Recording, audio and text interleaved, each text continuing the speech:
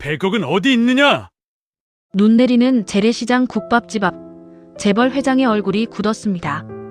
그 앞에는 아들이 의식불명으로 쓰러진 날 100억을 들고 사라진 며느리가 있었으니까요. 그런데 며느리 하영이 지금 쌍둥이를 앞뒤로 업고 국밥집 앞에 서 있었어요. 하영이 고개를 똑바로 들고 입을 열었습니다.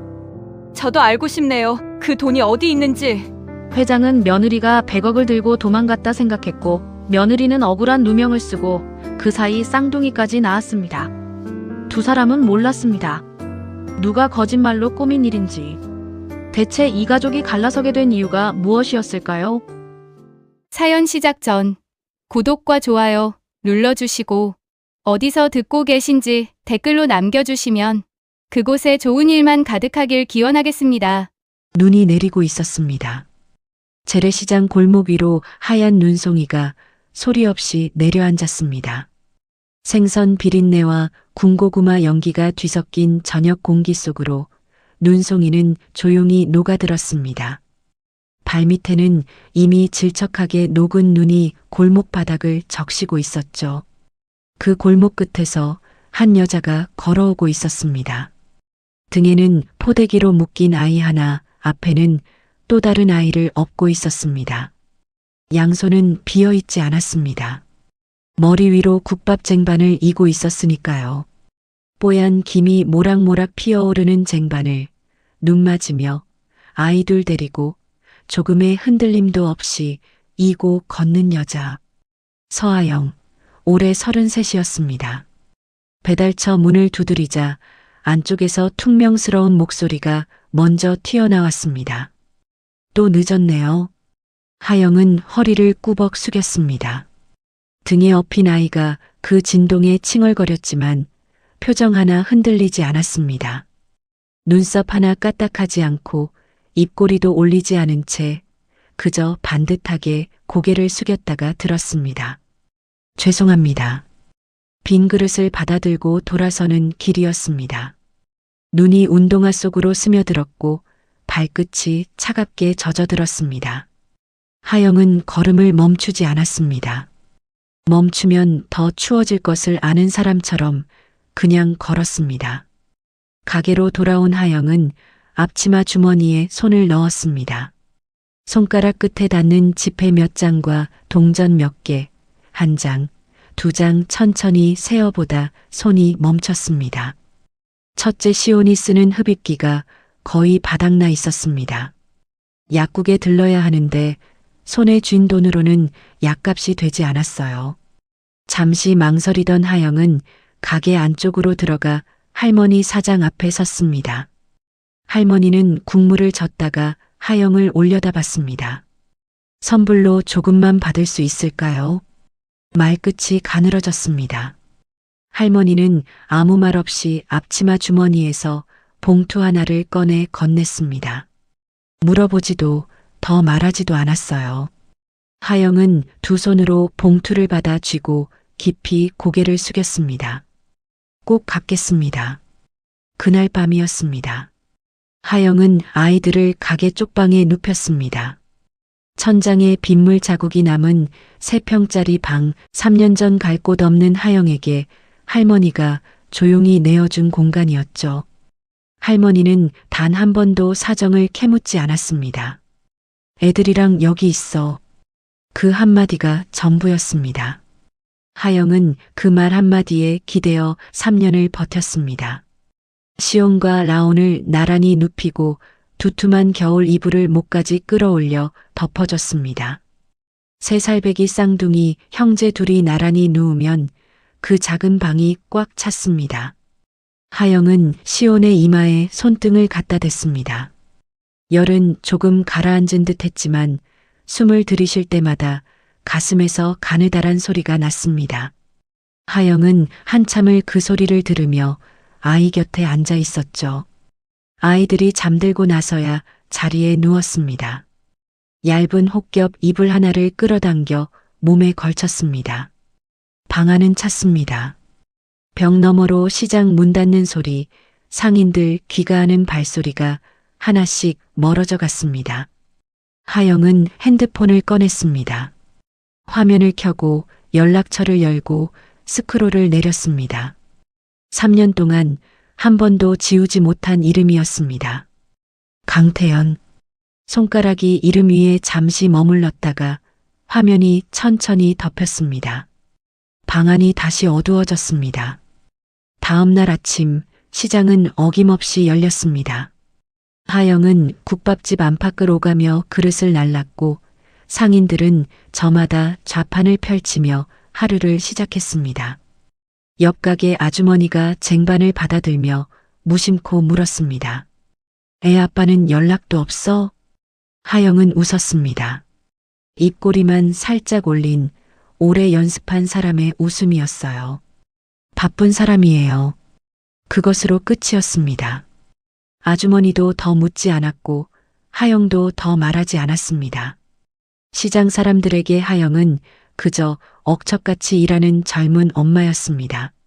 아이 둘을 혼자 키우는 사연 있어 보이지만 굳이 건드려선 안 될 것 같은 사람. 3년 전까지 재벌가의 며느리였다는 사실은 이 시장 어디에도 남아있지 않았죠. 오후가 되자 배달이 밀리기 시작했습니다. 문제는 시온과 라온이었습니다. 감기 기운이 가시지 않은 아이들이 가게 안에서 칭얼거렸고 손님들의 시선이 슬금슬금 모였습니다. 하영이 아이들을 달래며 할머니 눈치를 살피는데 할머니가 먼저 말했습니다. 애들 여기 두고 가. 내가 볼게. 하영은 손을 저었습니다. 괜찮아요. 금방 다녀올게요. 웃으며 말했지만 손은 이미 시온의 포대기를 고쳐 메고 있었습니다. 배달을 나서기 전 하영은 가방에서 흡입기를 꺼냈습니다. 시온의 입에 흡입기를 갖다 대고 아이가 숨을 들이켤 때까지 등을 토닥였습니다. 가느다랗게 떨리던 숨소리가 조금씩 고르게 가라앉자 그제야 시온을 등에 업고 라온을 앞에 맸습니다. 국밥 쟁반을 머리에 얹었습니다. 눈이 다시 내리기 시작했습니다. 아까보다 조금 더 굵어진 눈송이가 쟁반 위로, 하영의 어깨 위로, 포대기에 쌓인 아이들 위로 소리 없이 내려앉았습니다. 앞에 매달린 라온이 눈송이를 올려다보며 작은 손을 뻗었고 등에 업힌 시온은 엄마의 등에 얼굴을 묻었습니다. 하영의 뒷모습이 눈 내리는 시장 골목 안으로 천천히 사라졌습니다. 배달을 마치고 돌아오는 길이었습니다. 빈 쟁반을 들고 시장 골목을 걷던 하영의 발걸음이 가게 앞에서 멈췄습니다. 처음에는 그냥 지나칠 뻔했어요. 재래시장에는 옛 단골을 그리워하며 발길이 닿는 사람들이 덜어 있었으니까요. 그런데 발이 떨어지질 않았습니다. 간판을 올려다보고 있는 그 뒷모습이 어딘가 이 골목과 어울리지 않았습니다. 형광등 불빛 아래 도드라지는 짙은 색. 캐시미어 코트, 코트 주머니에 두 손을 찌른 채 꼿꼿하게 서 있는 뒷모습. 주변 상인들도 슬금슬금 눈길을 주고 있었습니다. 눈송이가 내려앉아도 미동 하나 없는 그 어깨가 하영의 두 발을 붙잡았어요. 그 순간 노신사가 천천히 고개를 돌렸습니다. 눈이 마주쳤습니다. 하영이 손에서 쟁반을 떨어뜨릴 뻔했습니다. 순간적으로 두 손으로 붙잡았지만 손끝이 차갑게 굳어버렸어요. 강우성이었습니다. 우성그룹 회장, 올해 67. 나이보다 단단해 보이는 체형에 눈빛만큼은 여전히 서늘하게 살아있는 사람. 3년 전 해외 출장을 떠난 사이 며느리가 그룹 비자금 100억을 들고 사라졌다는 보고를 받은 사람이었습니다. 그 며느리가 지금 눈 내리는 재래시장 골목에서 빈 쟁반을 들고 자신 앞에 서 있었습니다. 두 사람 다 말이 없었습니다. 시장은 여전히 시끄러웠습니다. 어물전에서 생선 이름을 외치는 소리, 좌판이 스피커에서 흘러나오는 트로트 가락, 두부장수 리어카 바퀴가 바닥을 구르는 소리. 그 모든 소음이 두 사람 사이에서만큼은 멀고 아득하게 들렸습니다. 하영은 도망치지 않았습니다. 두 다리가 후들거렸지만 그 자리에 서 있었어요. 그때 등에서 기침 소리가 터졌습니다. 시온이었습니다. 하영은 즉각 쟁반을 가게 앞 평상 위에 내려놓고 가방에서 흡입기를 꺼냈습니다. 시온의 작은 입술에 흡입기를 갖다 대고 아이의 등을 손바닥으로 천천히 쓸어내렸습니다.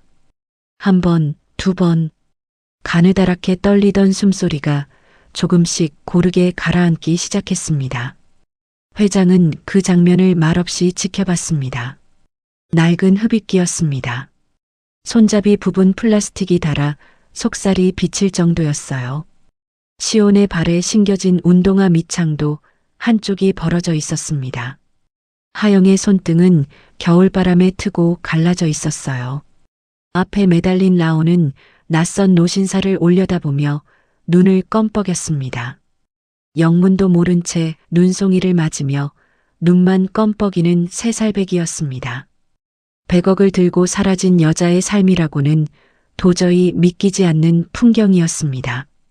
시온의 숨이 겨우 안정을 찾자 하영은 천천히 몸을 일으켰습니다. 그리고 다시 회장과 눈이 마주쳤습니다. 피하지 않았습니다. 눈가가 뻣뻣하게 굳은 채로 입술을 꾹 다문 채로 그냥 마주봤습니다. 눈이 내렸습니다. 두 사람 사이 공기가 팽팽하게 당겨졌습니다. 회장의 시선이 하영에게서 아이들에게로 다시 하영의 어깨 위로 발끝으로 천천히 내려갔습니다. 눈이 쌓인 어깨, 젖어 거무스름해진 운동화 코, 흡입기를 꽉 쥔 채 아직 풀지 못한 손. 회장의 눈썹이 미세하게 움직였습니다. 입술이 열렸다 닫혔다가 다시 열렸어요. 어떻게 된 거냐? 낮고 쉰 목소리였습니다. 100억을 묻는 건지, 3년을 묻는 건지, 아니면 눈앞에 이 풍경 전체를 묻는 건지 알 수 없는 말이었어요. 회장 스스로도 무엇을 묻는지 모르는 것 같았습니다. 하영은 숨을 한번 들이켰습니다. 아버님, 그것뿐이었습니다. 설명도 변명도 눈물도 없었어요. 다만 그 자리에 서 있었습니다. 눈을 맞으며 아이 둘을 데리고 3년 전 자신을 배신자로 믿었던 사람 앞에 그냥 서 있었습니다. 눈은 여전히 내렸습니다. 소리도 없이 멈추지도 않고 아버님, 그 한마디를 내뱉는 순간 하영의 머릿속에서 무언가가 빠르게 스쳐 지나갔습니다. 눈 내리는 시장 골목, 코트깃을 세운 채 자신을 내려다보는 회장의 눈빛. 3년 전에도 저 눈빛이었습니다. 차갑지도 뜨겁지도 않은 그러나 무언가를 재고 있는 눈빛. 하영은 그 눈빛 앞에 서서 자신도 모르게 3년 전 그날로 돌아가고 있었습니다. 그날의 하영은 지금과 달랐습니다. 단정하게 다려진 베이지색 코트, 윤기 있게 묶어 올린 머리, 발걸음마다 살아있는 생기. 지금 재래시장 쪽방에서 혹겹 이불을 덮고 자는 여자와 같은 사람이라고는 믿기 어려운 모습이었습니다. 서하영은 고아원에서 자랐습니다. 18배 홀로 세상에 나와 주경야독으로 대학을 마쳤고 25에 우성그룹 공채 시험을 통과했습니다. 회의 자료 하나도 허투루 넘기지 않는 성실함으로 팀장 자리까지 올랐고 그 과정에서 강태현 부사장을 만났습니다. 강태현은 회장의 신임을 등에 업고 초고속 승진을 거듭해 32의 부사장 자리에 오른 사람이었습니다. 냉철한 판단력을 가졌지만 사람을 대하는 방식만큼은 따뜻했습니다. 아랫사람에게 함부로 하지 않았고 틀린 것을 틀렸다고 말할 줄 알았습니다. 집안도 배경도 아무것도 없는 하영을 택한 것도 그다운 선택이었습니다. 시댁의 냉대는 예상보다 더 깊고 은근했지만 하영은 버텼습니다. 태영 곁에 있는 한 버틸 수 있었습니다. 아이만 생기면 달라질 거라 믿으며 2년을 버텨온 하영에게 드디어 그날이 왔습니다. 산부인과 진료실 안은 조용했습니다. 형광등 불빛 아래 의사가 초음파 화면을 가리키며 말했습니다. 임신 사주입니다. 하영은 잠시 굳어 있었습니다. 숨이 멎는 것 같았어요.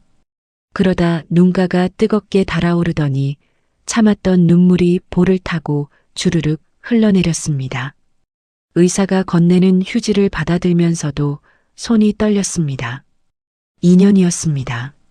명절마다 이어지는 시댁의 눈치, 남편 곁에서 혼자 사겨온 2년의 기다림이 단 한마디로 왔습니다. 병원 복도를 나서며 하영은 핸드폰을 꺼냈습니다. 태연의 이름을 누르려다 손가락이 멈췄어요. 전화로 말하기엔 너무 아까운 소식이었습니다.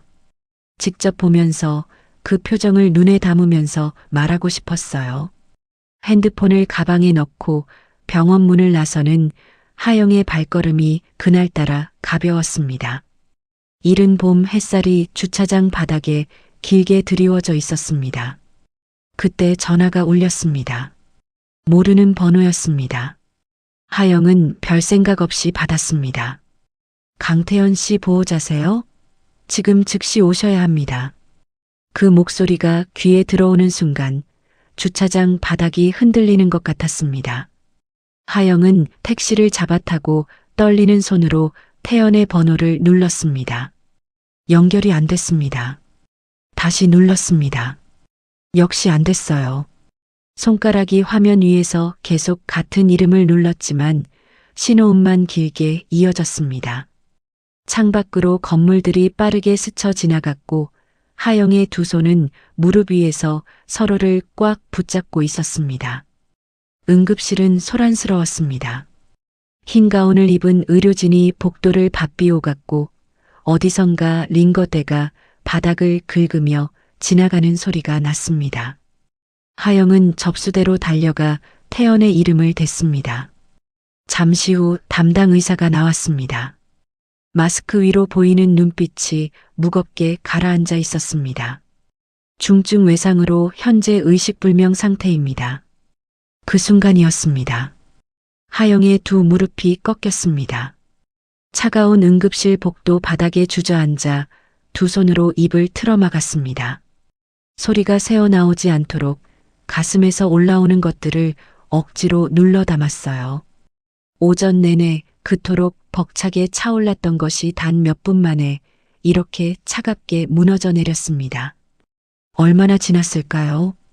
복도 쪽에서 구두 소리가 가까워졌습니다. 강태우였습니다. 그는 하영 곁에 무릎을 꿇고 앉아 어깨를 토닥였습니다. 당황한 기색도 허둥대는 모습도 없었습니다.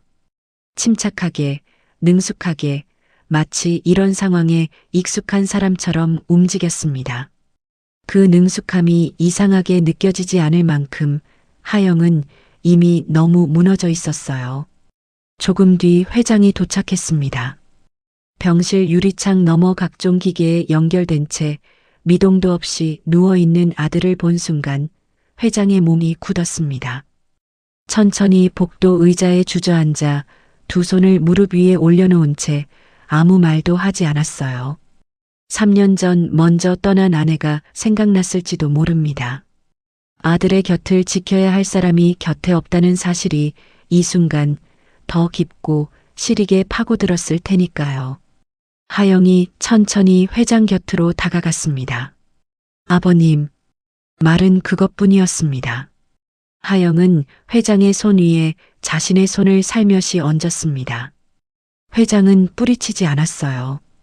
두 사람은 한동안 말없이 그 자리에 앉아 있었습니다.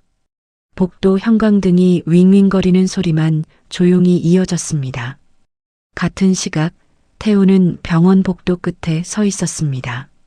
강태우, 강 회장의 차남, 올해 35. 어린 시절부터 형과 비교당하는 것이 일상이었습니다. 공부도 운동도 사람을 끄는 힘도 늘 형의 한 발 뒤였습니다. 그 거리를 태우는 내색하지 않았습니다. 웃는 얼굴로 형을 챙기는 동생의 얼굴로 늘 제자리를 지켰습니다. 그러나 그 웃음 뒤에는 꺼지지 않는 불씨 같은 것이 남아 있었어요. 회장도 그것을 모르지 않았습니다. 태우를 아끼는 마음이 없지는 않았지만 그룹의 미래를 맡길 사람으로 태우를 떠올린 적은 단 한 번도 없었습니다. 태우는 그 사실을 일찌감치 알고 있었습니다. 아버지의 눈빛이 형을 향할 때와 자신을 향할 때가 어떻게 다른지 누구보다 정확하게 감지하고 있었어요. 그때 핸드폰이 울렸습니다.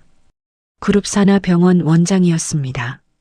전무님, 오늘 부사장님 사모님께서 산부인과를 다녀가셨는데요.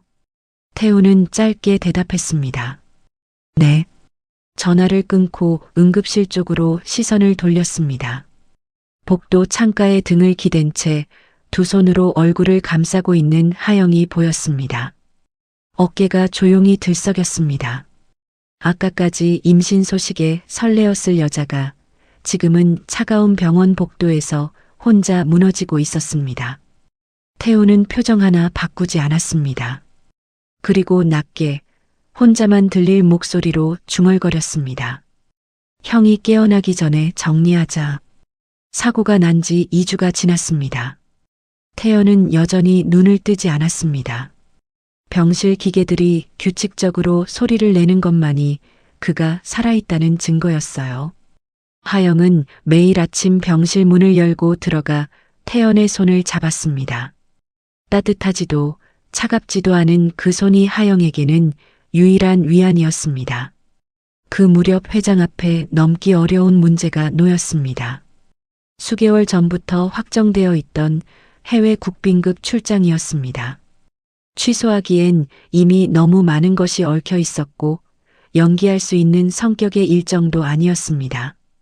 회장은 출국 전날 밤 태연의 병실을 찾았습니다. 한동안 아들의 얼굴을 내려다보다가 조용히 병실을 나왔습니다. 태우에게는 짧게 지시했습니다. 네가 그룹 챙겨라. 하영에게는 한마디를 더 얹었습니다. 태연이 곁에 있어줘.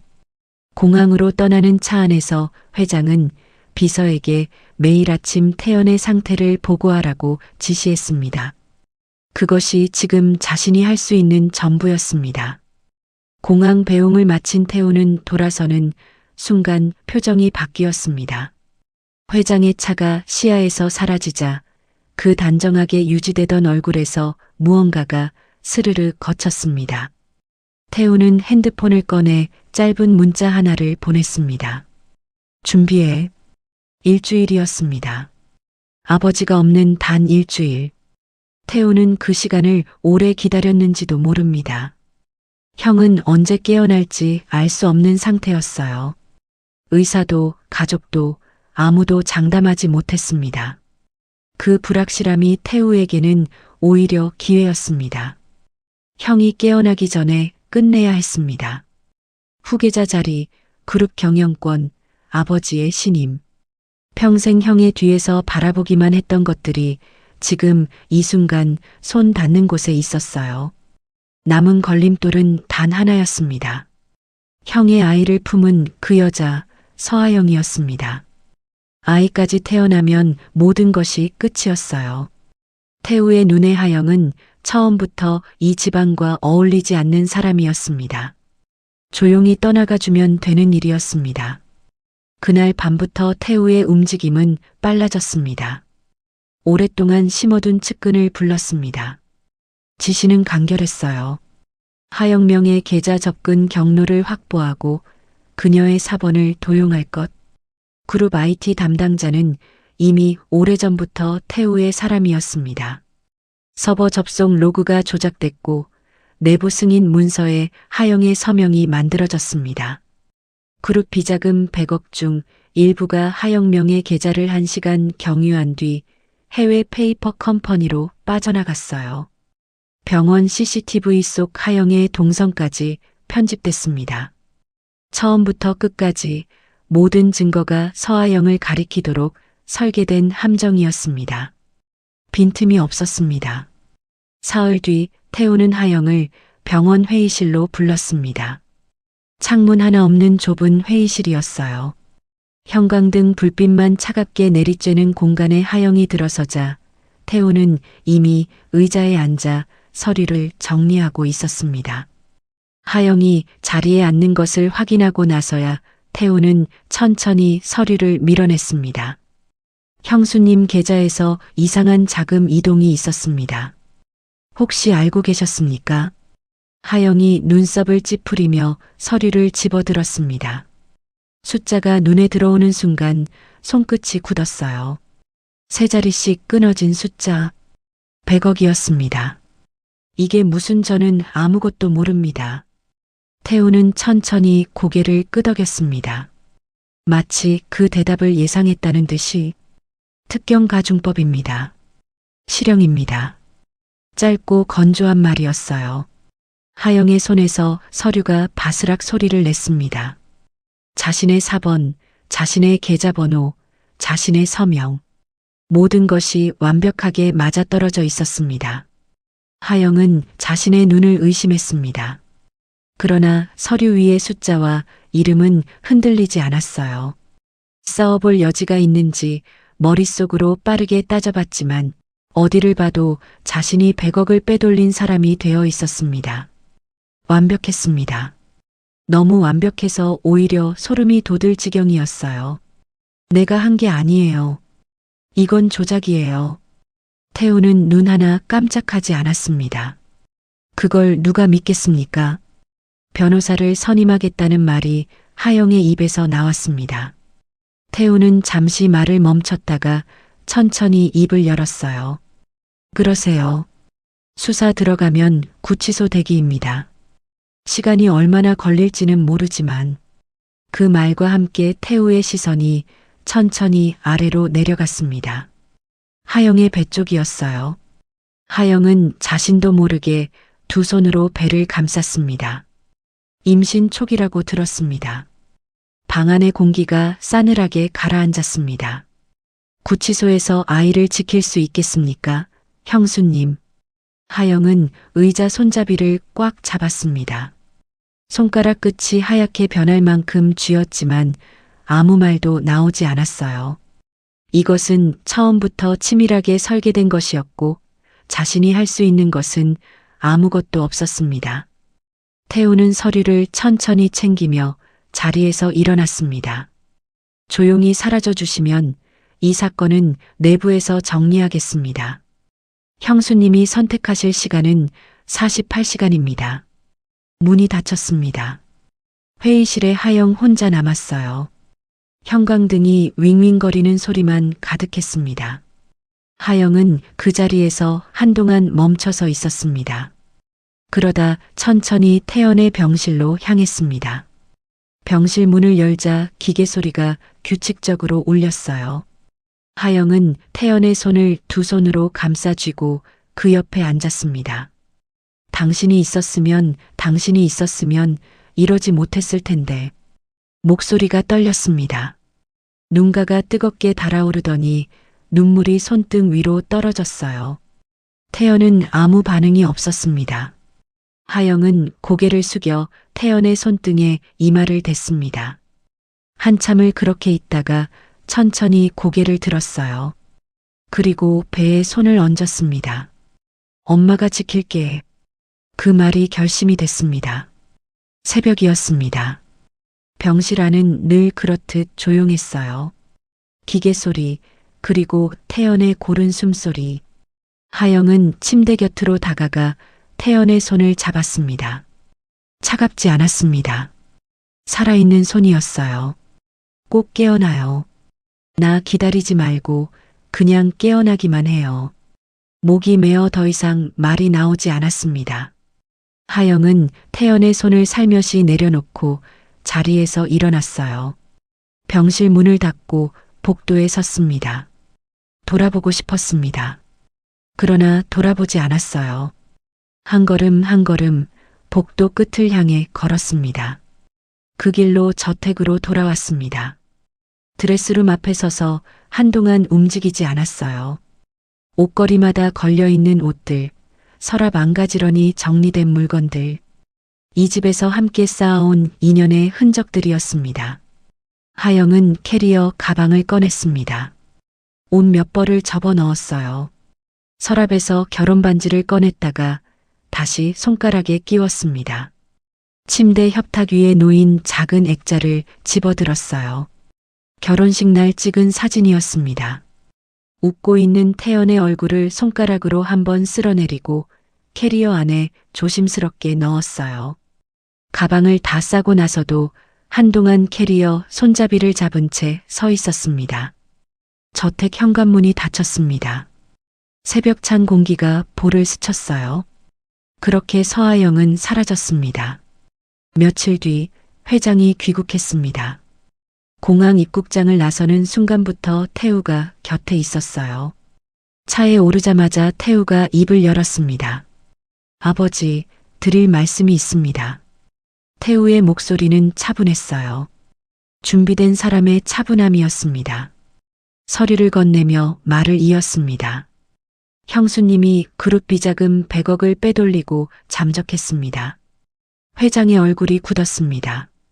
서류를 받아든 손이 미세하게 떨렸어요. 한 장, 두 장 넘기는 손끝에서 바스락 소리가 났습니다. 회장의 눈빛이 차갑게 가라앉았습니다. 당장 고발해. 태우는 잠시 침묵했다가 천천히 입을 열었습니다.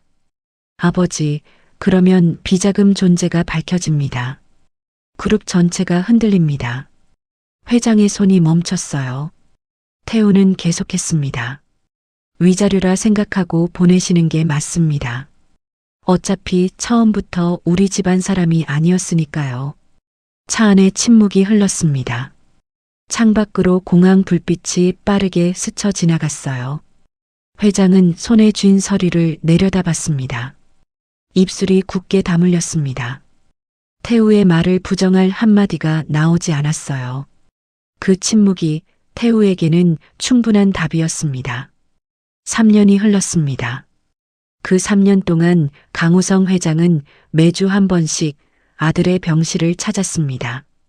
침대 옆 의자에 앉아 미동도 없이 누운 태연의 손을 잡고 한동안 말없이 있다가 돌아오는 것이 전부였어요.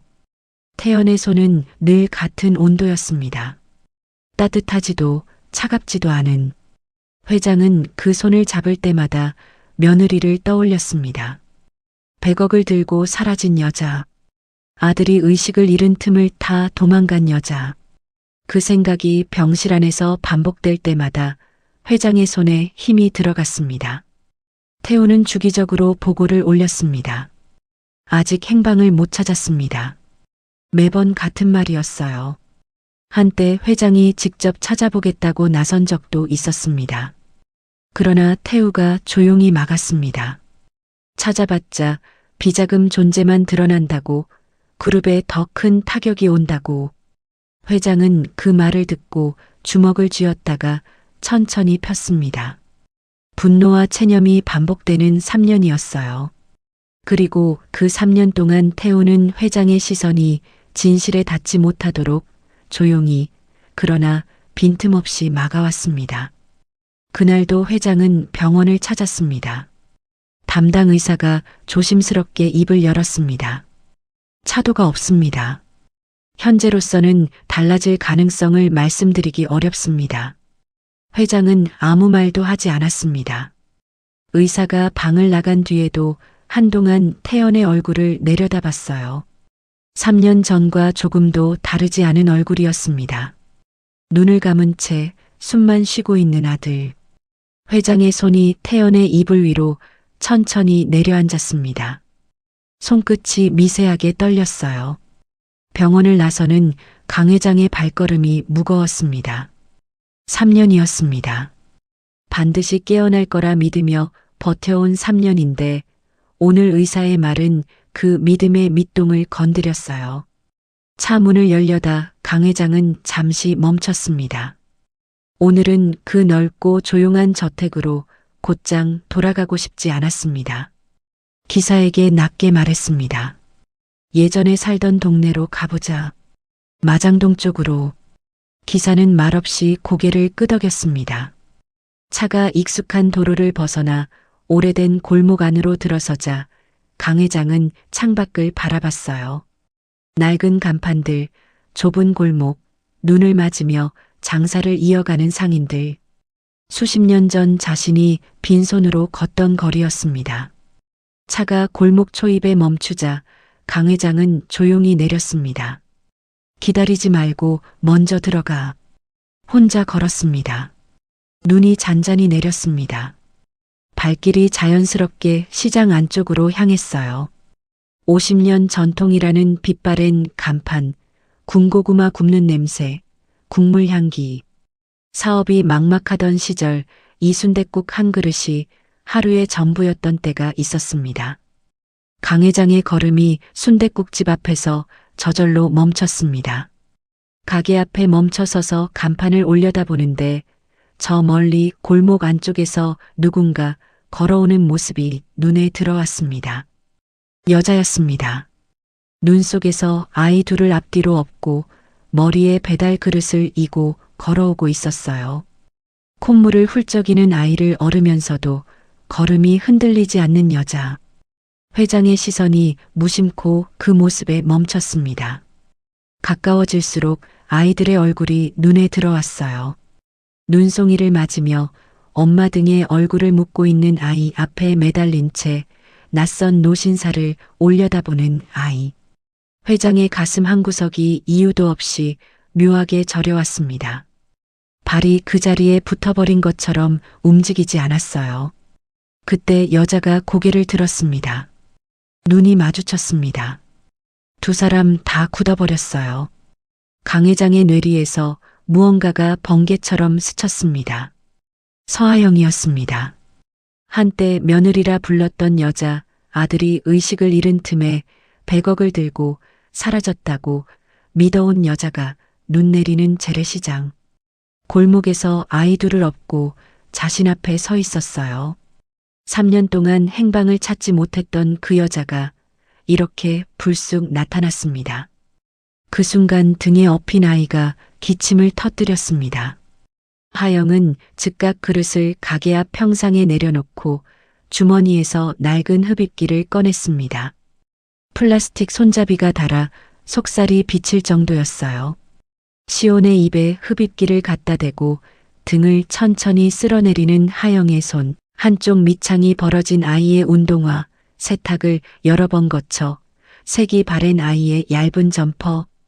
회장은 그 모습을 말없이 지켜봤습니다. 100억을 들고 사라진 여자의 3년이 눈앞에 펼쳐지고 있었어요.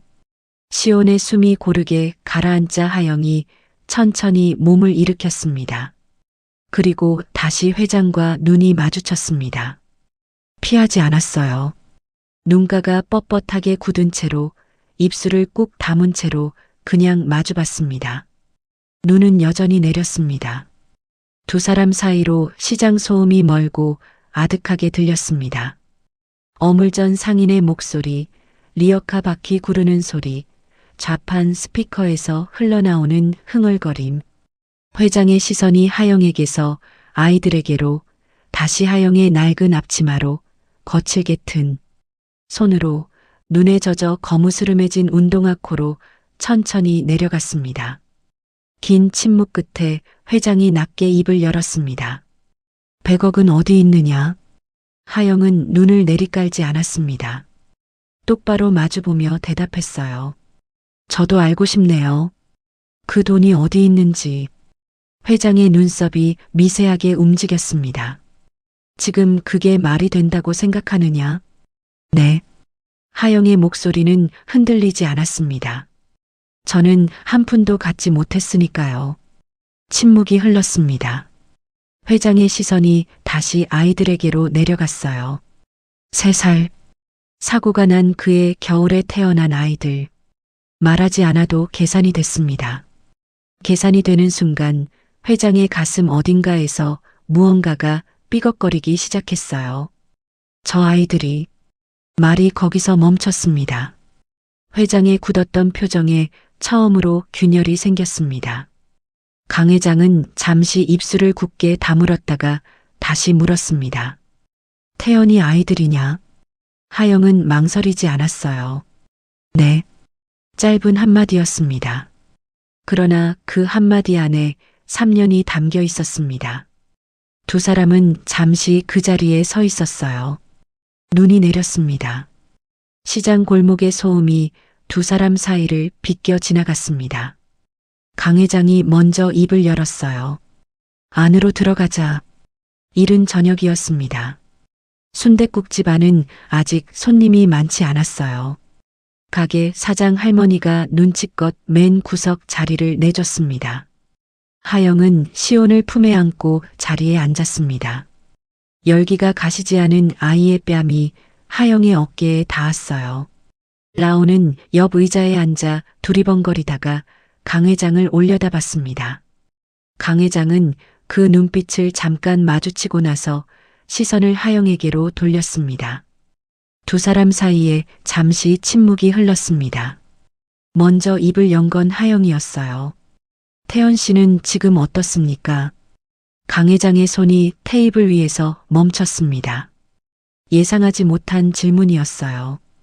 100억 얘기도 자신의 얘기도 아닌 남편 안부를 먼저 묻는 여자. 강 회장은 잠시 하영을 바라봤습니다. 3년째 그대로다. 차도가 없어. 하영의 눈가가 흔들렸습니다. 아이를 안은 팔에 힘이 들어갔어요. 그러나 무너지지 않았습니다. 입술을 한번 꾹 깨물고 나서 고개를 끄덕였어요. 늘 괜찮을 거라 믿으며 버텨온 3년이었습니다. 언젠가는 깨어날 거라는 믿음 하나로 하루하루를 넘겨온 3년이었어요. 그러나 지금 이 순간 그 믿음이 얼마나 간절한 것이었는지가 하영의 굳은 표정 위로 고스란히 드러났습니다. 강 회장은 그 모습을 말없이 지켜봤습니다. 탐탁지 않은 결혼이었습니다. 집안도 배경도 없는 여자를 아들이 데려왔을 때 강 회장은 내색하지 않았지만 마음이 편치 않았어요. 그러나 며느리 하영은 달랐습니다. 시댁의 은근한 냉대에도 흔들리지 않았고 아들 곁에서 묵묵히 자리를 지켰습니다. 회사에서도 인정받는 사람이었어요. 강 회장은 그 여자를 속으로 인정하고 있었습니다. 말로 표현한 적은 없었지만 그런 며느리였습니다. 그런데 그 여자가 100억을 들고 사라졌다는 보고를 받았습니다. 태우의 말만 믿고 3년을 증오하며 살아온 것이었어요. 인정했던 사람이기에 배신감은 더 깊고 오래갔습니다. 강 회장이 낮게 물었습니다. 그럼 왜 떠났느냐? 아이가 있으면 더 버텼어야지. 하영은 잠시 눈을 내리깔았습니다. 그러다 천천히 고개를 들었어요. 버틸 수 있는 상황이 아니었습니다. 그때 라온이 콧물을 훌쩍였습니다. 강 회장의 시선이 아이에게로 내려갔어요. 아이들 아프냐? 감기입니다. 괜찮아요. 하영이 짧게 대답하는 사이 강 회장은 말없이 아이들을 바라봤습니다. 시온이 엄마 품에 안긴 채 강 회장을 힐끔 올려다봤어요. 눈이 마주치자 수줍게 고개를 돌렸습니다. 그 순간이었습니다. 웃는 눈매, 살짝 올라간 입꼬리. 강 회장의 가슴 어딘가가 쿵 내려앉는 것 같았어요. 태연이었습니다. 저 아이의 얼굴이 젊은 시절 태연의 얼굴과 꼭 닮아 있었습니다. 강 회장은 눈빛을 감추려 시선을 돌렸습니다. 그러나 이미 늦었어요. 강 회장이 낮게 입을 열었습니다. 어쩔 수 없는 상황이 뭔지 말해봐라. 하영은 바로 대답하지 않았습니다. 잠시 강 회장을 바라보다가 조용히 물었어요. 말씀드리기 전에 한 가지만 여쭤봐도 될까요? 회장님은 제가 정말 그 돈을 가져갔다고 믿으셨습니까? 강 회장의 입술이 열렸다가 닫혔습니다. 대답이 나오지 않았어요. 사실 대답할 필요가 없었습니다. 이미 눈앞에 답이 있었으니까요. 낡아서 밑창이 벌어진 운동화, 겨울바람에 트고 갈라진 손등, 여러 번 세탁을 거쳐 색이 바랜 얇은 점퍼, 추운 겨울 눈 내리는 시장 골목을 아이 둘을 앞뒤로 업고 머리에는 국밥 쟁반을 이고 걸어온 여자. 100억을 들고 도망간 사람의 3년이 저럴 수는 없었습니다. 강 회장은 그 자리에서 처음으로 흔들렸어요. 3년 동안 의심 한 번 없이 믿어온 것들이 지금 이 순간 하나씩 무너지고 있었습니다. 그 침묵이 하영에게는 이미 충분한 답이었어요. 하영은 더 캐묻지 않았습니다. 대신 천천히 그날의 이야기를 꺼냈어요. 그날 누군가 저를 찾아왔습니다. 목소리는 흔들리지 않았습니다. 담담했어요. 마치 오래전에 이미 다 사귄 사람처럼 제 명의 계좌, 제 사번, 제 서명이 찍힌 서류를 들고요. 특경가중법이라고 했습니다. 실형이라고 했습니다. 수사가 들어가면 구치소 대기라고도 했어요. 강 회장의 눈썹이 미세하게 움직였습니다. 그리고 제 임신 사실을 알고 있었습니다. 강 회장의 표정이 굳었어요. 임신 사실을? 하영은 고개를 끄덕였습니다. 더 말하지 않았어요. 강 회장이 스스로 계산하도록 그냥 두었습니다. 강 회장의 머릿속에서 무언가가 빠르게 맞춰지기 시작했어요.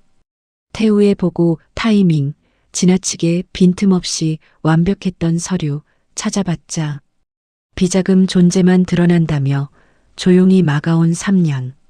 하나씩 맞춰질수록 강 회장의 두 손이 테이블 위에서 천천히 주먹을 쥐었습니다. 아이를 지키려면 선택지가 없었습니다. 저로선 어쩔 수 없었습니다.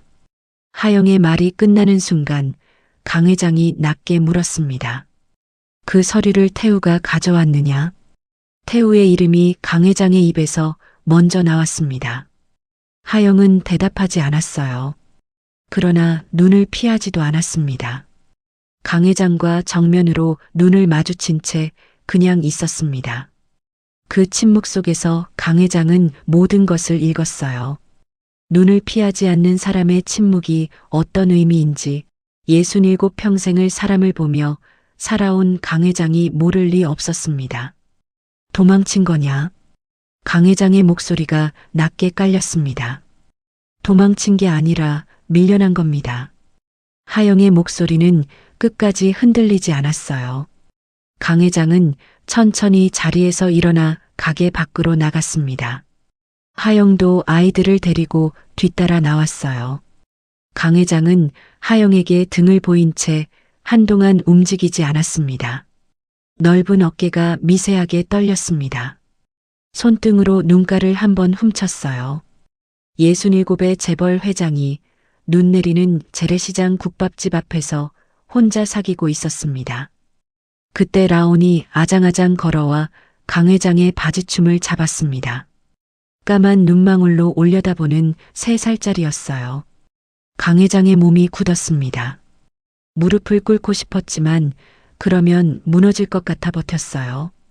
두 손을 꽉 쥔 채 그냥 서 있었습니다. 한참 후에야 강 회장이 천천히 돌아섰습니다. 내가 잘못했다. 낮고 쉰 목소리였어요. 하영은 아무 말도 하지 않았습니다. 그 침묵이 3년의 무게였습니다. 강 회장의 시선이 먼 곳을 향했어요. 혼잣말처럼 중얼거렸습니다. 태연이 자리는 3년째 그대로야. 아무도 못 앉히겠더라. 하영의 눈가가 뜨겁게 달아올랐습니다. 눈물이 차오르는 것을 느끼면서도 참았어요. 입술을 꾹 깨물었습니다. 강 회장이 3년 동안 아들의 자리를 비워두고 기다려왔다는 사실이 지금 이 순간 가장 가슴 깊이 파고들었어요. 두 사람은 한동안 아무 말도 하지 않았습니다. 눈이 내렸어요. 시온과 라온이 손을 뻗어 눈송이를 잡으려 했습니다. 아무것도 모르는 새 살배기들이었어요. 강 회장은 그 모습을 바라보다가 천천히 입을 열었습니다. 기다려라. 확인해야 할 것들이 있다. 하영은 고개를 들었어요. 저는 3년을 기다렸습니다. 더 기다리는 건 어렵지 않습니다. 강 회장은 아이들을 한 번 더 바라봤습니다. 라온이 눈송이를 잡으려 손을 뻗다가 휘청거렸어요. 시온이 옆에서 동생 팔을 붙잡아줬습니다. 강 회장의 입술이 잠깐 떨렸다가 굳게 다물렸어요. 그리고 돌아섰습니다. 차에 오르자마자 강 회장은 핸드폰을 꺼냈습니다. 손가락이 번호를 눌렀어요. 강태우 전무 움직임, 3년치 전부 다시 들여다봐. 조용히. 전화를 끊고 강 회장은 창밖을 바라봤습니다. 눈 내리는 시장 골목, 아이들과 그 자리에 서 있는 하영의 뒷모습이 보였어요. 차가 천천히 출발했습니다. 강 회장은 그 모습에서 끝내 눈을 떼지 못했습니다. 차가 시장 골목을 벗어나는 동안 강 회장은 창밖을 바라보며 움직이지 않았습니다. 눈 내리는 골목, 아이들을 데리고 서 있던 하영의 뒷모습이 눈에서 지워지지 않았어요. 낡은 운동화, 거칠어진 손, 허름한 앞치마. 100억을 들고 도망간 사람의 3년이 저럴 수는 없었습니다. 강 회장은 이를 악물었습니다. 비자금이었습니다. 그 돈이 세상에 드러나는 순간 그룹 전체가 흔들리는 구조였어요. 외부의 수사를 의뢰할 수도 공식적으로 움직일 수도 없었습니다. 그 비자금을 만든 것이 결국 자신이었으니까요. 강 회장은 차창에 기댄 채 낮게 중얼거렸습니다. 내가 만든 그림자 돈이 화를 불렀다. 다음 날 아침 강 회장은 오래된 번호 하나에 전화를 걸었습니다. 전직 특수수사대 출신으로 지금은 어떤 기록에도 이름을 남기지 않는 일을 하는 사람이었어요. 두 사람은 짧게 만났습니다. 계약서도 기록도 없었습니다. 강 회장은 딱 한마디만 했어요. 결과만 가져와. 과정은 묻지 않을 테니. 조사는 조용히 시작됐습니다. 첫 번째 단서는 자금 흐름에서 나왔습니다. 사고 직후 일주일 하영명의 계좌로 흘러들어온 100억이 정확히 1시간 뒤 해외 법인으로 빠져나간 것이 확인됐어요. 그런데 결정적인 부분이 있었습니다. 송금이 이루어진 시각, 하영은 병실 안에 있었습니다. 병원 출입 기록이 그것을 말해줬어요. 같은 시간에 두 곳에 있을 수는 없었습니다. 두 번째 단서는 접속 기록에서 나왔습니다. 승인 접속이 이루어진 위치를 역추적하자 우성호텔 본사 서버실이 나왔어요. 해당 시간대 출입자는 단 한 명이었습니다. 강태우였습니다. 접속에 사용된 4번은 태연 부사장의 것이었지만 실제 접속 위치와 출입 동선은 태우의 것과 정확히 일치했어요. 조사 결과를 받아든 강 회장의 손끝이 떨렸습니다. 보고서를 덮었다가 다시 펼쳤습니다. 숫자와 시간과 위치가 흔들리지 않고 그 자리에 있었어요. 그리고 조사가 시작된 지 며칠 되지 않아 이상한 움직임이 포착됐습니다. 서버 로그 일부가 자동 삭제된 흔적이었어요. 누군가 조사 움직임을 감지하고 증거를 지우기 시작한 것이었습니다. 내부자가 개입되어 있다는 확신이 섰습니다. 조사 속도를 높였습니다. 병원장과 태우의 통화 내역도 드러났습니다. 사고가 나기 전날 두 사람은 47분 동안 통화했어요. 사고 당일에는 3차례 더 통화가 이루어졌습니다. 하영의 임신 사실이 어떻게 태우에게 흘러들어갔는지 그 경로가 선명하게 드러나는 순간이었어요. 병원장이 먼저 태우에게 연락을 취한 정황이었습니다. 강 회장은 보고서를 읽는 내내 두 손을 무릎 위에 올려놓은 채 꼼짝도 하지 않았습니다. 해외 법인 추적 결과도 들어왔습니다. 같은 법인으로 반복적으로 자금이 유입된 흔적이 확인됐어요. 그 법인의 실질 관리인은 태우의 오랜 측근 명의로 되어 있었습니다. 100억이 하영의 계좌를 거쳐 결국 태우의 손으로 흘러들어간 구조가 완성됐어요. 강 회장은 보고서를 덮었습니다. 오래 앉아 있었습니다. 그리고 아이들이 떠올랐습니다. 3살. 사고가 난 그 해에 태어난 쌍둥이 형제. 머릿속으로 계산할수록 시기가 딱 맞아떨어졌어요. 그러나 강 회장은 계산만으로 움직이는 사람이 아니었습니다. 처음 시장에서 마주쳤던 그날 시온이 기침을 하며 고개를 숙이는 순간이었어요. 강 회장이 자연스럽게 손수건을 꺼내 아이의 옷깃을 여며주었습니다. 그 짧은 순간 손수건에 묻은 머리카락 한 올을 주머니 안에 조용히 넣었어요. 수십 년을 최고 경영자의 자리에서 버텨온 사람이었습니다. 사람을 보는 눈, 상황을 읽는 감각, 그리고 결정적인 순간 본능적으로 증거를 확보하는 기질. 그것은 오랜 세월이 그의 몸 안에 새겨놓은 것이었어요. 하영은 눈치채지 못했습니다. 강 회장은 아무 말 없이 그 자리를 지켰습니다. 혼자 감당해야 하는 일이었어요. 태연의 혈액 보관 샘플과 아이들의 모발을 대조하는 데는 며칠이 걸렸습니다. 결과를 기다리는 동안 강 회장은 잠을 이루지 못했어요. 새벽 2시, 3시, 눈을 감아도 잠이 오지 않았습니다. 천장을 바라보다가 자리에서 일어나 물을 마시고 다시 누웠다가 또 일어났어요. 3년이 떠올랐습니다. 태연의 빈 부사장 자리, 하영을 향해 굳혀온 분노, 태우의 보고를 의심 없이 받아온 시간들. 그 모든 것이 새벽 어둠 속에서 뒤엉켰습니다. 결과가 도착한 것은 그로부터 사흘 뒤였습니다. 친자 일치 확률 99.999%. 강 회장의 손에서 종이가 떨어졌습니다. 주우려 했지만 손이 움직이지 않았어요. 그냥 그 자리에 굳어 있었습니다. 한참이 지나서야 천천히 몸을 일으켰습니다. 거울 속 자신의 얼굴을 바라봤어요.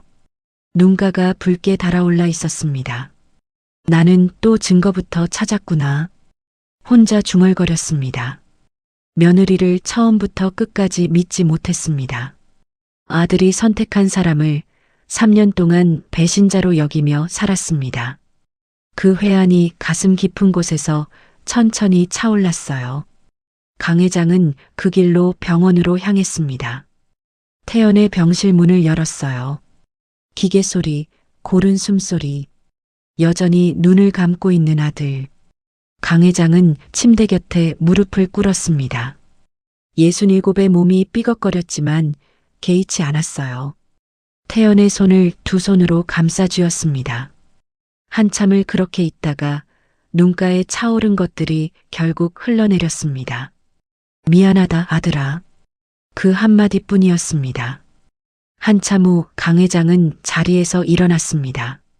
손등으로 눈가를 훔치고 굳은 표정으로 병실 문을 나섰어요. 복도에서 기다리던 비서에게 짧게 말했습니다. 태우를 불러줘.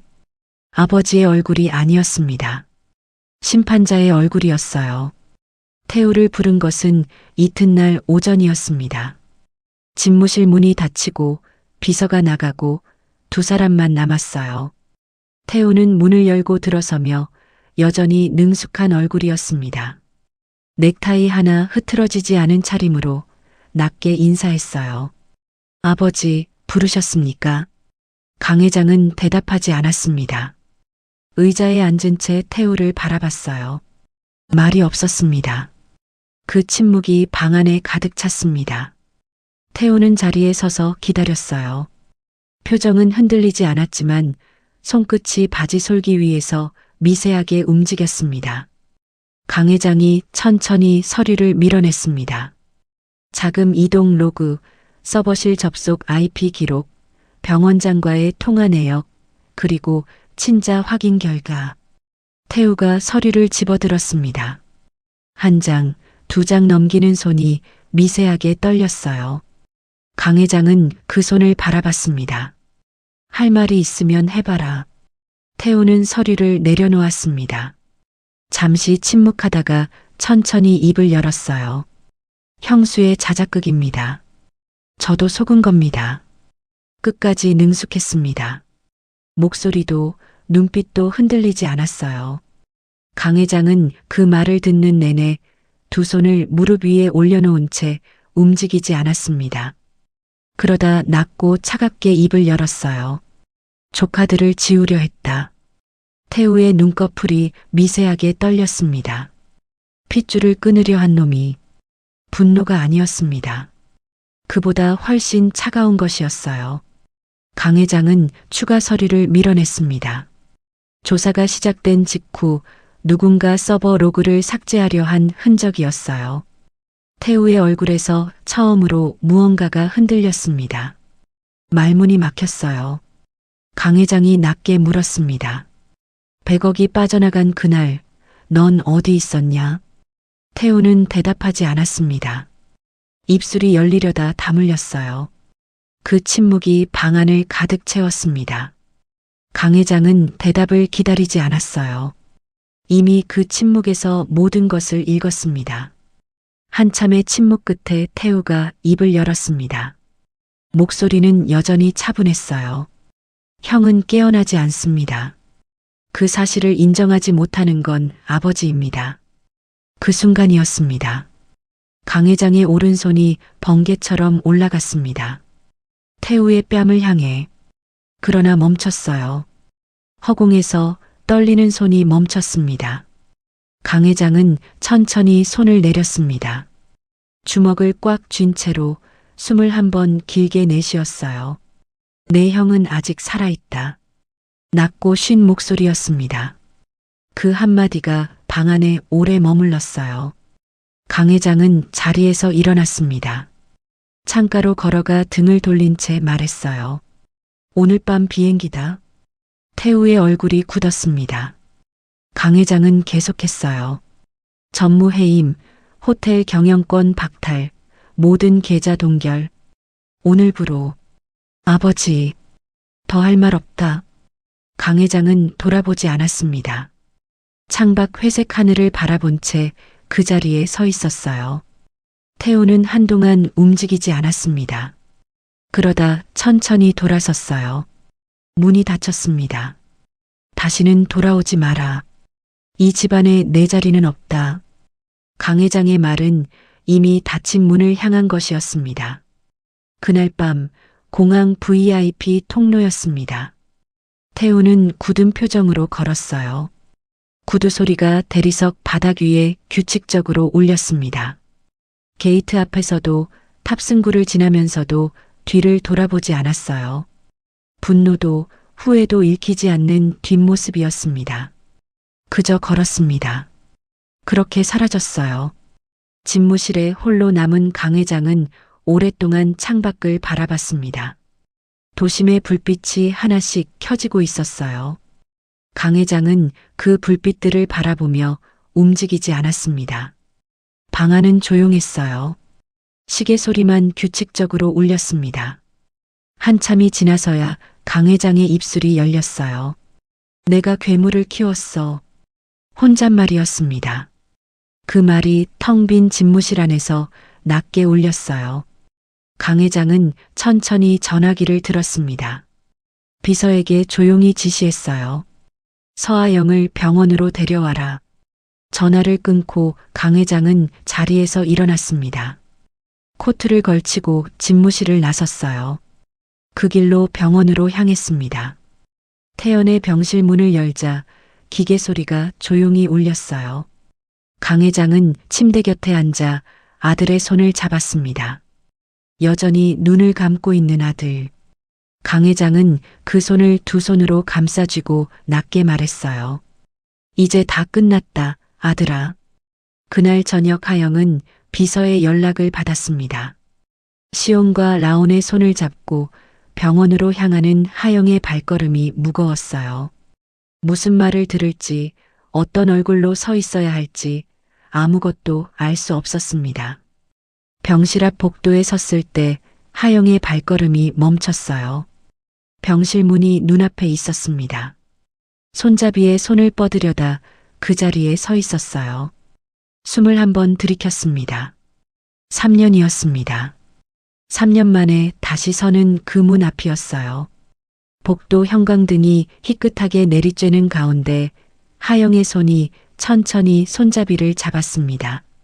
차가운 금속의 감촉이 손바닥에 닿았어요.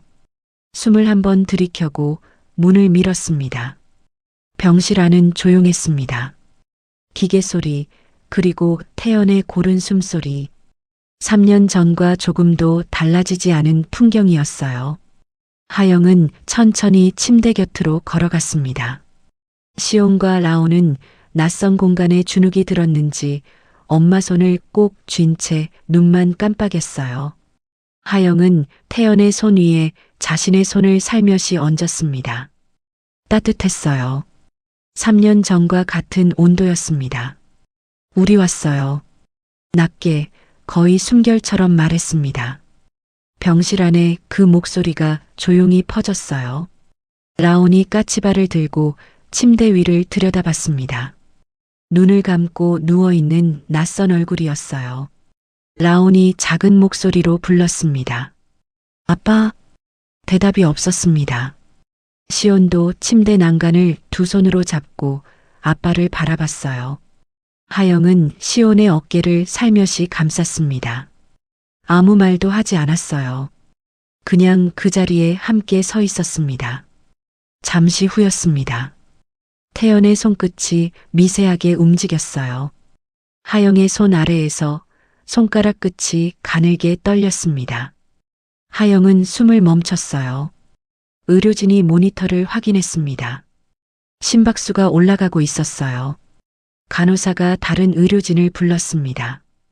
병실 안이 조용하게 긴장으로 채워졌어요. 하영은 손을 놓지 않았습니다. 느끼고 있어요? 우리 여기 있어요. 목소리가 떨렸습니다. 그러나 손은 흔들리지 않았어요. 두 손으로 태연의 손을 감싸 쥔 채 그 자리에 버텼습니다. 그 시각 복도였습니다. 강 회장은 병실 유리 너머를 바라보며 창가에 서 있었어요. 하영이 태연의 손을 잡고 고개를 숙이는 모습, 아이 둘이 침대 곁에 나란히 서 있는 모습이 유리창 너머로 보였습니다. 강 회장의 손이 창틀 위에서 천천히 주먹을 쥐었어요. 눈가가 달아오르는 것을 느꼈지만 소리를 내지 않았습니다. 손등으로 한번 눈가를 훔치고 다시 창밖을 바라봤어요. 의사가 복도로 나왔습니다. 강 회장과 하영이 나란히 의사의 말을 들었어요. 보호자 목소리에 자극 반응 가능성이 있습니다. 완전한 각성은 아직 미지수이지만 분명히 긍정적인 신호입니다. 강 회장과 하영의 눈이 마주쳤습니다. 말은 없었어요. 그냥 고개를 끄덕였습니다. 그것으로 충분했어요. 병실에서 나온 하영을 강 회장이 조용히 불렀습니다. 아이들과 지금 어디서 지내고 있니? 하영은 잠시 망설였어요. 강 회장이 낮은 목소리로 이었습니다. 그 집은 이제 텅 비어 있다. 넓은 집에 나 혼자야. 잠시 침묵이 흘렀어요. 강 회장이 다시 입을 열었습니다. 아이들과 들어와 살아라. 내 실수를 갚을 기회를 다오. 하영의 눈이 흔들렸습니다. 쉽게 대답이 나오지 않았어요. 그때 라온이 강 회장을 올려다보며 물었습니다. 엄마, 할아버지 집 커요? 눈을 반짝이며 묻는 3살짜리였어요. 복도에 흘렀던 무거운 공기가 순간 부드럽게 풀렸습니다. 강 회장의 입꼬리가 처음으로 올라갔어요. 어색하게, 서툴게, 그러나 분명히 웃었습니다. 하영은 라온의 머리를 쓰다듬다가 강 회장을 바라봤어요. 아이들 상처받게 하지 마세요. 그것 하나만요. 강 회장은 고개를 숙였습니다. 다신 의심하지 않겠다. 저택으로 떠나기 전 하영은 다시 병실로 들어갔습니다. 태연의 손을 잠깐 잡고 낮게 말했어요. 우리 이제 집으로 가요. 기다리고 있을게요. 그리고 돌아섰습니다. 순댓국집 앞이었습니다. 하영은 시온과 라온의 손을 잡고 가게 문을 밀었어요. 할머니는 국물을 젓다가 하영을 올려다봤습니다. 하영의 표정을 한번 보고 나서 아무 말 없이 손을 내밀었어요. 하영이 그 손을 두 손으로 잡았습니다. 3년간 감사했습니다. 고개를 깊이 숙이는데 말이 거기서 끊겼어요. 할머니는 하영의 손을 꼭 쥐었습니다. 잘됐다, 잘됐어. 목이 잠긴 목소리였어요. 시온과 라온이 나란히 허리를 꾸벅 숙였습니다. 할머니가 아이들 머리를 차례로 쓸어내렸어요. 거칠고 투박한 손이었지만 아이들은 피하지 않았습니다. 가서 잘 살아. 그게 나한테 갚는 거야. 할머니가 하영의 등을 떠밀듯 밀었어요. 하영이 가게 문을 나서다가 돌아서며 밝게 웃었습니다. 자주 찾아뵐게요. 골목 끝에 비서가 조용히 기다리고 있었어요. 저택 현관문이 열리는 순간 시온과 라온이 동시에 눈이 커졌습니다. 천장이 높고 넓은 현관, 반들반들한 대리석 바닥, 어디선가 은은하게 퍼지는 따뜻한 공기였어요. 라온이 엄마 손을 놓고 현관 바닥을 조심스럽게 발로 두드려 봤습니다. 강 회장은 그날 오후 직접 나가 장난감을 사들고 돌아왔어요. 커다란 쇼핑백을 두 손에 들고 들어서는 67의 회장. 아이들이 달려들자 강 회장은 어떻게 앉아야 할지 몰라 어색하게 바닥에 무릎을 꿇었습니다. 3년 동안 텅 비어 있던 저택에 아이들의 웃음소리가 가득 찼어요. 다음 날 아침이었습니다. 식탁에 네 사람이 처음으로 마주 앉았어요. 강 회장은 아이들 앞에 반찬을 하나씩 집어줬습니다. 어느 반찬을 좋아하는지, 얼마나 먹어야 하는지 아무것도 몰랐어요. 그냥 눈에 보이는 것을 집어줬습니다. 시온이 입을 오물거리며 받아 먹었고 라온은 젓가락으로 반찬을 콕콕 찍어봤어요. 강 회장은 어색하게 웃으면서 또 다른 반찬을 집어줬습니다. 하영은 그 모습을 바라보다가 조용히 시선을 내렸어요. 눈물이 차오르는 것을 들키지 않으려 국그릇을 들었습니다. 그날부터 병원 방문이 하루의 시작이 됐습니다. 하영은 매일 아침 아이들과 함께 태연의 병실을 찾았어요. 작은 블루투스 스피커로 태연이 좋아하던 음악을 틀어놓고 아이들이 그린 그림을 병실 벽 한쪽에 붙여뒀습니다. 삐뚤삐뚤한 선으로 그린 가족 그림이었어요. 아빠, 엄마, 시온, 라온. 네 명이 손을 잡고 서 있는 그림이었습니다. 어느 날은 시온이 침대 난간에 기대어 태연의 귀에 대고 조용히 속삭였어요. 아빠, 우리 할아버지 집에 왔어. 엄청 커. 태연은 아무 반응이 없었습니다. 하영은 시온의 어깨를 감싸 안으며 괜찮다는 듯 토닥였어요. 그러나 눈은 태연의 손끝을 보고 있었습니다. 그러나 며칠이 지나도 반응이 없었습니다. 손끝의 미세한 움직임도 심박수의 변화도 아무것도 없었어요. 하영은 태연의 손을 잡은 채 창밖을 바라봤습니다. 강 회장이 병실로 들어왔어요. 아무 말 없이 하영 옆에 앉아 태연의 다른 손을 잡았습니다. 한참 후 강 회장이 낮게 말했어요. 아들아, 돌아와라. 아버지의 목소리였습니다. 평생 아들에게 그런 말을 입 밖에 내본 적 없는 사람의 목소리였어요. 그 한마디가 병실 안에 오래 머물렀습니다. 그날 밤이었습니다. 강 회장이 돌아간 뒤 하영은 혼자 병실에 남았어요. 아이들은 저택에서 비서 부부가 돌봐주고 있었습니다. 병실 안은 조용했어요. 기계 소리와 태연의 숨소리만 이어졌습니다. 하영은 태연의 손을 잡고 낮게 속삭였어요. 이제 돌아와줘요. 우리 기다리고 있어요. 눈물 한 방울이 태연의 손등 위로 떨어졌습니다. 그때였습니다. 태연의 손이 움직였어요.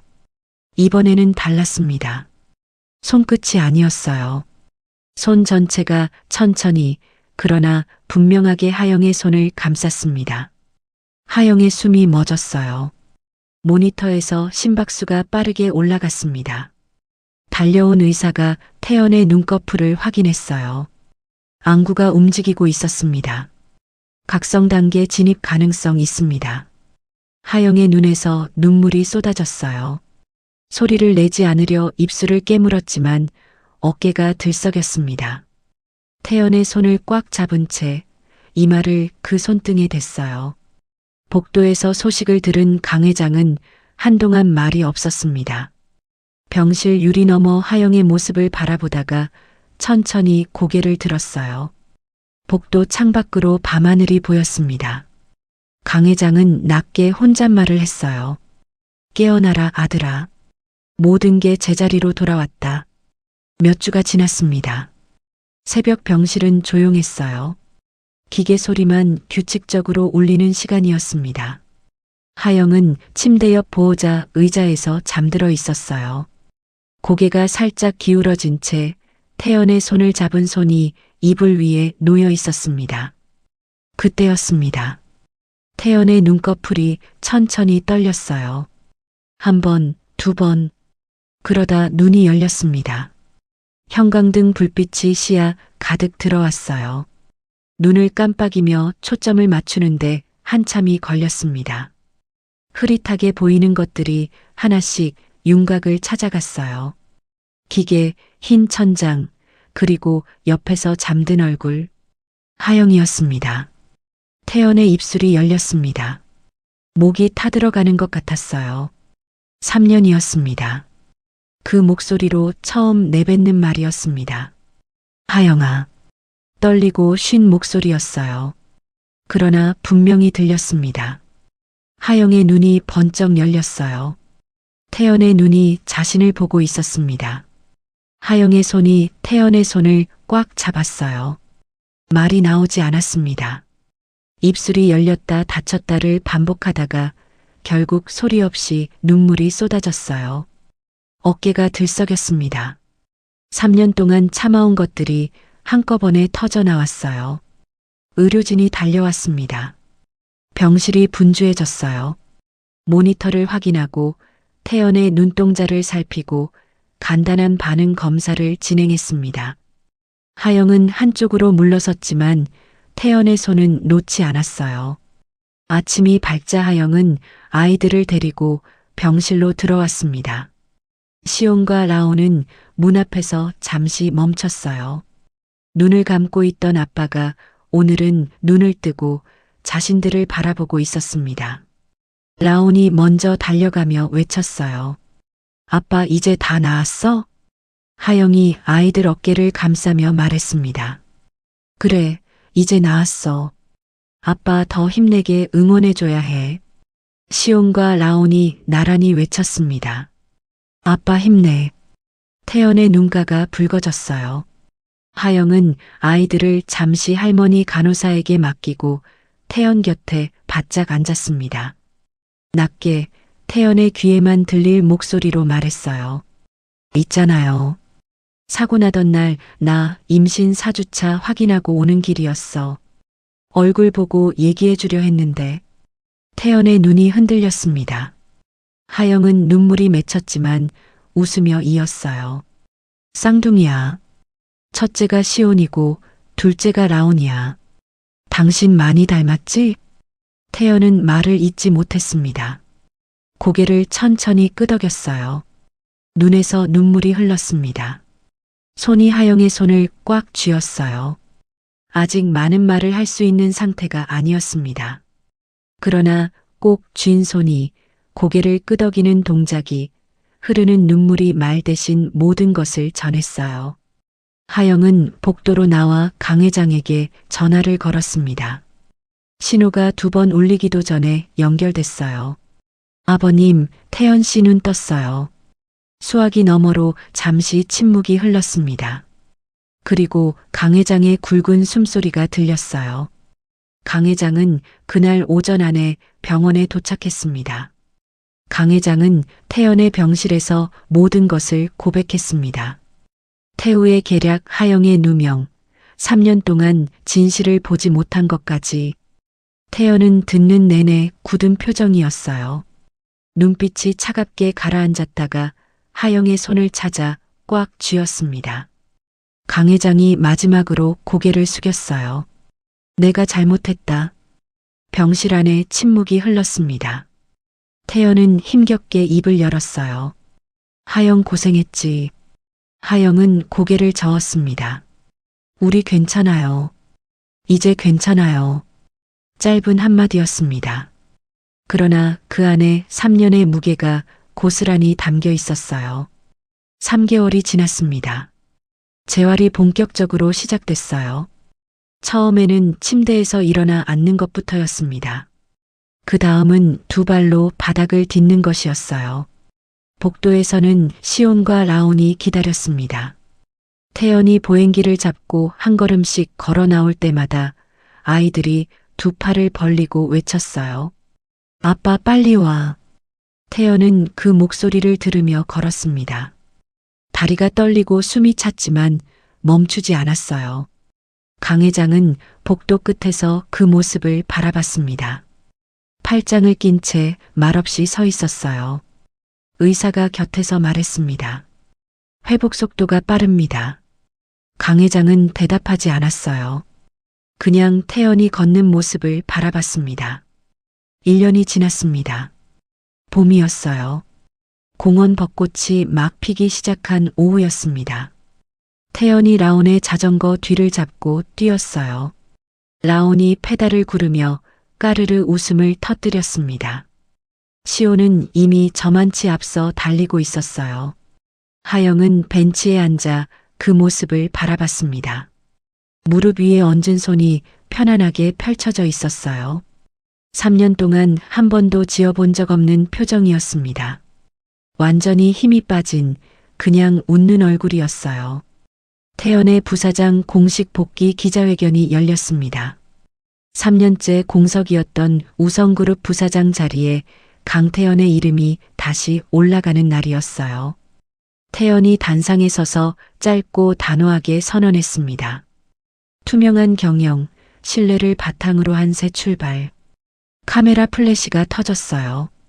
태연의 옆에 하영이 나란히 섰습니다. 시온과 라온이 두 사람의 손을 양쪽으로 잡았어요. 강 회장은 단상 뒤편에서 그 모습을 바라봤습니다. 말이 없었어요. 그냥 바라봤습니다. 며칠 후 저녁 저택 식탁에 5사람이 앉았습니다. 아이들의 제잘거림이 식탁을 가득 채웠어요. 태연이 아이들을 바라보며 말했습니다. 라온, 시온, 밥 많이 먹어. 강 회장이 태연을 바라보며 물었어요. 회사 일은 어떠냐? 태연이 수저를 내려놓으며 대답했습니다. 아직 정신없어요. 어서 제자리를 찾아야죠. 강 회장이 낮게 말했어요. 너무 무리하지 마. 아직 시간 많으니까. 하영이 태연의 팔을 살며시 건드렸습니다. 여보, 무리하지 마요. 태연이 하영을 바라보다가 작게 웃었어요. 강 회장이 그 모습을 바라보다 식탁을 한번 둘러보며 낮게 말했습니다. 이제야 집 같아. 아무도 대답하지 않았어요. 대답할 필요가 없었습니다. 식사가 끝난 뒤 거실 한쪽에서 사진을 찍었어요. 오랫동안 비어있던 액자가 걸린 자리였습니다. 태연과 하영이 나란히 서고 시온과 라온이 앞에 섰어요. 강 회장이 맨 끝에 어색하게 자리를 잡았습니다. 셔터가 눌렸어요. 5사람이 웃는 사진이 빈 액자 안에 걸렸습니다. 노을이 지고 있었습니다. 5사람이 저택 정원으로 나섰어요. 하늘이 주황빛과 붉은빛으로 물들어가는 저녁이었습니다. 시온과 라온이 먼저 잔디밭으로 뛰어나갔어요. 태연이 그 뒤를 따라 걸었습니다. 하영이 태연의 손을 잡으며 나란히 걸었어요. 강 회장은 가장 뒤에서 천천히 걸으며 그 모습을 바라봤습니다. 하영아, 사랑해. 태연이 걸으며 하영에게 말했어요. 하영이 고개를 저었습니다. 아니요. 내가 더 사랑해요. 아니야, 내가 더 사랑해. 두 사람은 걸으면서 그렇게 사랑한다는 말을 끝없이 이어갔습니다. 노을빛이 5사람의 어깨 위로 고르게 내려앉았습니다. 아이들의 웃음소리가 정원 가득 울려 퍼졌어요. 강 회장은 그 자리에 멈춰서서 오래 바라봤습니다. 입가에 조용히 미소가 번졌어요. 진실은 늦었지만 사랑은 끝내 돌아왔습니다. 오늘의 이야기가 마음에 닿으셨다면 구독과 좋아요로 함께 해주세요. 그리고 따뜻한 감상평도 댓글에 남겨주세요. 오늘도 건강하고 웃음 가득한 하루 보내세요. 소리바람이었습니다.